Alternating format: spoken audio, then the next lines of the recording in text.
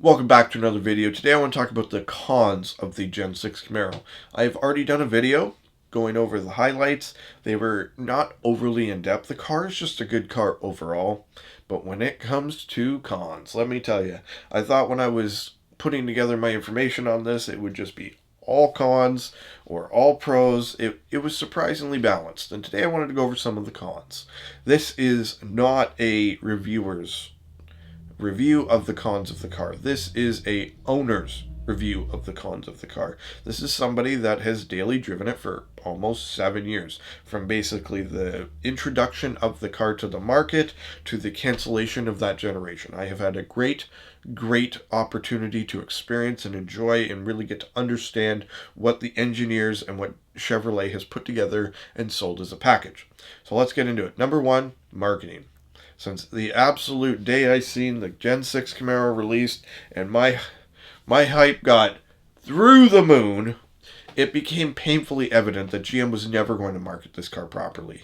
The only time I seen it in commercials that I thought I even recognized it was in their very bizarre, like, get behind the wheel of a Chevy, and it would just show people behind the wheel of Chevrolet products, and of 20 different captures, like one or two of them would be the Camaro, and I would know because it had the SS badge on the seat. Beyond that, I had no idea people were excited about a Camaro. GM did such a poor job of marketing this car.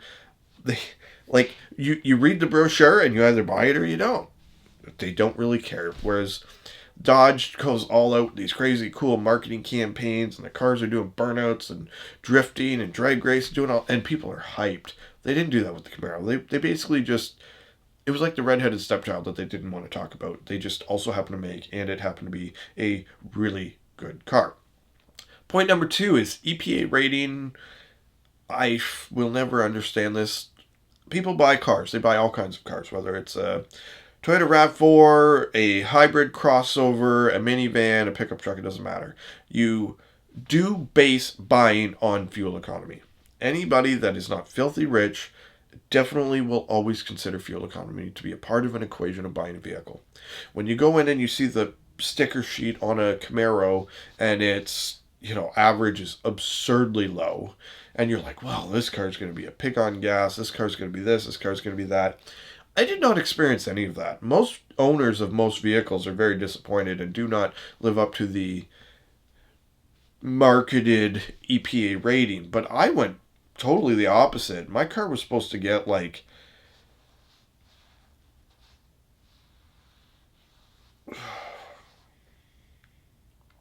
I believe it was supposed to average 13, 14 liters per 100 kilometers, which miles per gallon is like 14. Like, it's supposed to be very, very, very low. And I ended up getting like 7 on the highway. I ended up averaging like 10.5 over the course of the car. It performed 20 to 30% better under almost every single circumstance, including towing. I got better fuel economy towing than that car was supposed to get just to drive around, based on the way the EPA standards are written.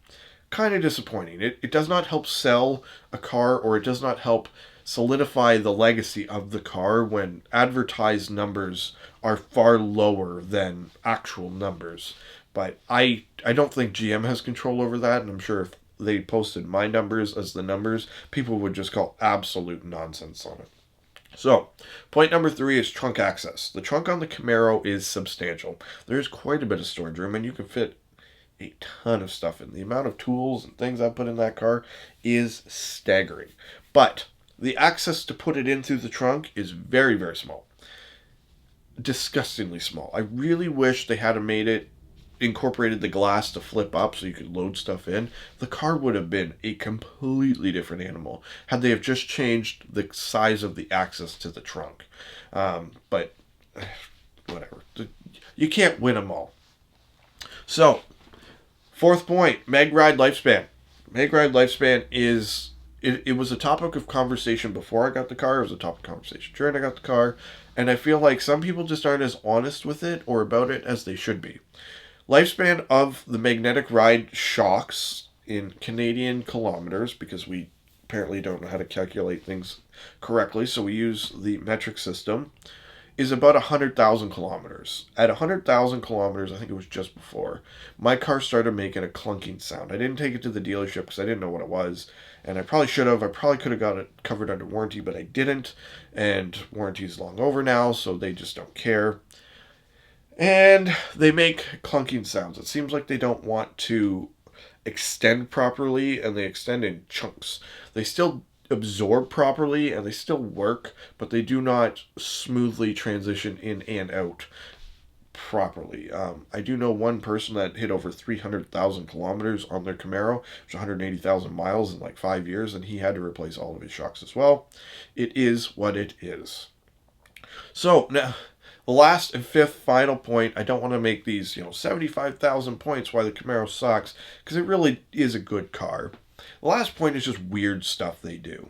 You buy a Camaro, and I was one of very few that actually got to utilize a lot of these features.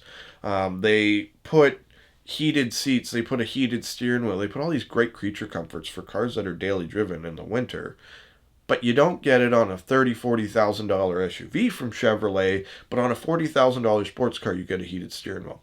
I never really understood some of that, and I enjoyed it while I was using it, but I've just not quite understood. When the majority of these cars are sold in the southern United States, or where they are sold where it does get cold and snowy, they are not driven. The percentage is like probably 3 or 4% maybe get driven through the winter. So they put a lot of weird features like that, but the absolute sticking point and the weirdest, worst feature of the entire Camaro that never worked from day one, the wireless charge pad. When I got my car, my phone did not even have wireless charging. And I thought, was like, you know what, that's really cool that they have it. Maybe my next phone will have wireless charging and I will be able to utilize it. My next phone did have wireless charging, and I did use a wireless charger. I bought one and I used it indoors because it'll just less times putting the plug in and out made me happier. Felt like my phone was going to last longer. Never worked in the Camaro. They had an early adoption system. They had a size of charge pad that was just not going to. It barely worked on some phones at launch, but by year 2 or 3, it was totally obsolete and irrelevant. There was, for a couple $100, you could go in and update it so it had more of a modernized universal system, but it still didn't fit phones, so I never bothered. It's also in a horrible location. It's between the back seats. I'm not the most flexible person. My arthritis has definitely not helped with that. I've also put 1 or 2 years into the gym. Arms are a little bigger. Coats can be a little tighter. I've never been able to get my arm behind me to get in there. Like, I would have to flip the seat forward and put it in before I got in the car. Just absolute poor design. No longevity was put into the thought of that, and why it was put in at all, I just don't know. I really would have preferred the little storage bucket. I would have actually used the little storage bucket, and a lot of times I had thought about removing it and putting a storage bucket in, but I just never got around to it, so I did not do it. So that is it. That is my 5 top cons for buying a Gen 6 Camaro. So for anybody that is interested in buying a used one at this point, just know there is some bugs, there is some quirks, and a few small things I would definitely look out for if you're looking to buy one. That's it for me. Till next time, drive safe, take care, and behave, as always.